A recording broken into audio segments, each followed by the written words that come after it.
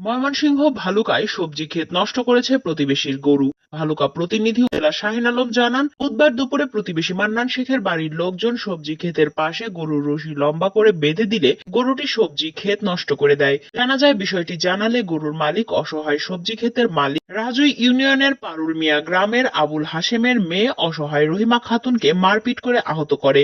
এলাকাবাসী জানায়, ভুক্তভোগী রহিমা খাতুন অনেক বছর ধরে তার বাবার বাড়িতেই সবজির ক্ষেত করে আসছে।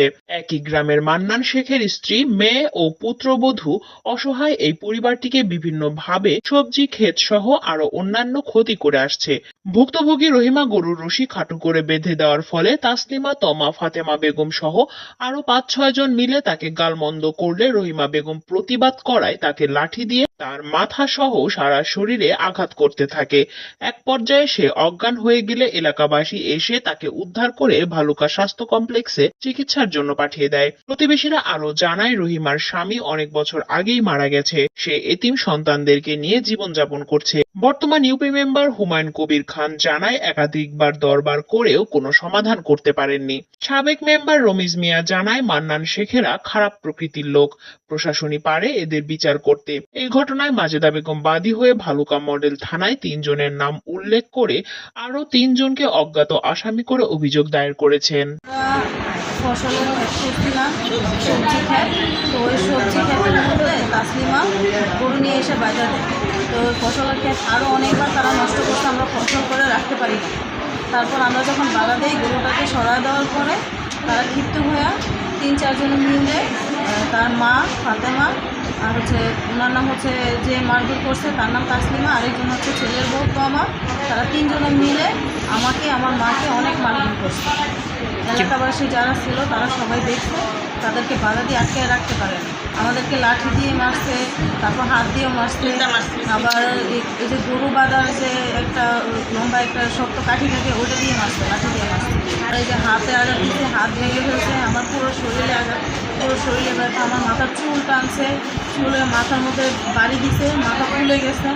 গিয়েছিলাম থানা থেকে, আমাদেরকে হাসপাতালে পাঠানো হয়েছে। হ্যাঁ, এখন আমরা বালুকা সরকারি হাসপাতালে ভর্তি হয়েছি। এখন আমরা এই বিষয়ে সঠিক বিচার চাই। মারতে বাদে আমার বারিন্দাতে মুগর দেয় ৩ জনে মানে মারছে। তাসলি মারছে, হতে আর মারছে তনা বালকা সরকারি হাসপাতাল। আমরা ওকে বলতেছি যে মামলা করুন, বিচার চাই, সুস্থ বিচারটা চাই। সবজি খেতে গরু বানছে, বেডি না হচ্ছে না পরে ওই বেডি আইডা কলে এখানে বান্ধে আমার গাছ খাই আছে। পরে 3 বেডি আইডা বেডিতে মাইট দিছে, এটা আমি দেখছি। তখন মাইট দিছে, আমি এখানে খারা আইসি, এখন বেডান তো ফেরান দেয় না, বেডানের দরকার না, বেড়ানে বেডান দরকার না। পরে বাদে যখন ওই সেরা আইসে, এই বাড়ি সেরা, এই সারা দাম মারে হওয়াই যায় 3 বেডি মাছটা আমি ফিরি দিই। কে মারছে?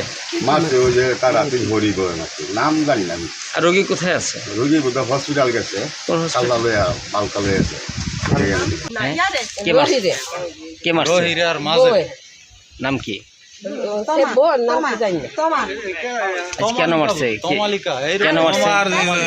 কেন মারছে? বাইরের ক্ষেত, ঠিক আছে, বাইরের ক্ষেত বানছি।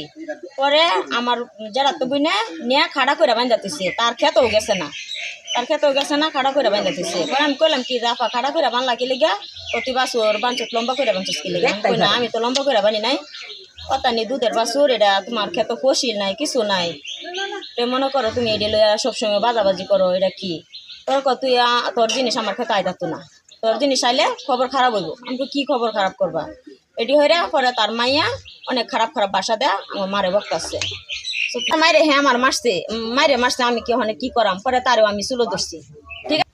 রুগীটা তারা কালকে নিয়ে গেছে, এটা তা আমি বলতে পারি না। পরে আমি খবর লইছি বালুকা আছে বলে। নিষেধ করার পরে তাহে এই নিষেধ করার লাগিয়া পরে কিলে নিষেধ করতে তারা মারামারি করতে, তারা মানুষ মারামারি করতে, এটা তো আমরা ফিরাইতে পারি না, আমরা তারা ধরতে পারি না। আমরা কারিয়ে দেখছি 3 জনে তারে মারছে, জানাইছি। পরে বলছে যে রোগী আগে চিকিৎসা করুক, চিকিৎসার পরে তা করে বসে একটা কিছু করতে পারবে।